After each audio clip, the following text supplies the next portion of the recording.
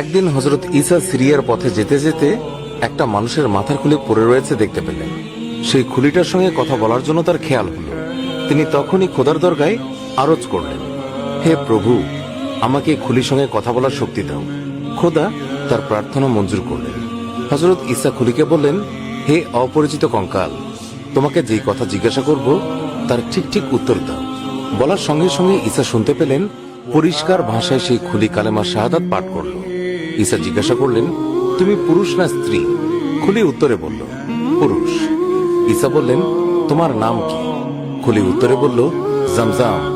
ঈসা আবারও জিজ্ঞাসা করলেন, আগে তুমি কি ছিলে? খুলি উত্তরে বলল, আমি বাদশাহ ছিলাম। ঈসা বললেন, বটে, তোমার জীবনে কি কি কাজ করেছিলে? খুলি উত্তরে বলল, আমি আগে একজন বাদশাহ ছিলাম। ধন দৌলত লোক লস্কর আমার এত বেশি ছিল যে দুনিয়ার বাদশাহরা দেখে অবাক হয়ে যেত। তারা আমাকে দেখে খুব ভয় আর সম্মান করত, কিন্তু আমি কারো উপর কোনো অত্যাচার করতাম না। গরিব দুঃখীদেরকে সাধ্যমতো দান করতাম। সমস্ত দিন নিজের কাছে ব্যস্ত থাকতাম, কিন্তু ভুলেও কখনো খোদার নাম মুখে আনতাম না। এমনি করে অনেক দিন আমি বাদশাহী করেছিলাম। একদিন দরবারে বসে কাজ করছি, এমন সময় হঠাৎ করে আমার মাথা ব্যথা শুরু হলো। মাথা ব্যথা ক্রমেই বাড়তে লাগলো, কিন্তু যন্ত্রণা ক্রমেই অসহ্য হয়ে উঠল।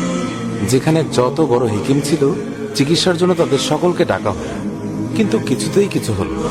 যন্ত্রণায় ছটফট করতে লাগলাম, মাঝে মাঝে অজ্ঞান হয়ে পড়তে লাগলাম। এমন সময় হঠাৎ করেই একটা আওয়াজ আমার কানে ঢুকলো। কেউ যেন চিৎকার করে বলছে, জমজমের প্রাণ বের করে দোজখে ফেলে দাও।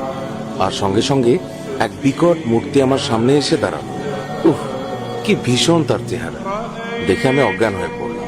তারপর কি হলো আমার মনে নেই। যখন জ্ঞান ফিরে এলো তখন দেখলাম প্রাণ নিয়ে যাওয়ার জন্য আজরাইল একা আসে, তার সঙ্গে আরো অনেক ফেরেশতা এসেছে। কারো হাতে লোহার টান, কারো হাতে শিক, কারো হাতে খোলা তলোয়ার। সমস্তই আগুনে পোড়ানো জবা ফুলের মতো রাঙা। তারা সেই সব দিয়ে আমাকে খোঁচা এবং সেঁকা দিতে লাগলো। আমি যন্ত্রণায় চিৎকার করে বলতে লাগলাম, ওগো, তোমরা খুঁচিয়ে খুঁচিয়ে আমায় মেরো না, আমায় ছেড়ে দাও। আমার ভান্ডারে যত ধন দৌলত হীরা জহরত আছে সব তোমাদেরকে দেব। এই কথা শুনে তাদের মাঝে একজন লোহার মতো শক্ত হাতে আমার গালে একটা চাপড় দিয়ে বলল, রে নাদান, খোদা কারো ধন দৌলতের পরোয়া করে না। যন্ত্রণায় অস্থির হয়ে কাতরভাবে মিনতি করে বললাম, ওগো, তোমরা আমায় ছেড়ে দাও। তার বদলে আমার বংশের প্রত্যেককে আমি খোদার নামে কোরবানি করব। এই বলে তাদের দয়ার ভিখিরি হয়ে কাতর নয়নে তাদের দিকে চেয়ে রইলাম। তারা দাঁত কর্মর করে ধমক দিয়ে বলল, রে বেয়াদব, খোদা কি ঘুষখোর?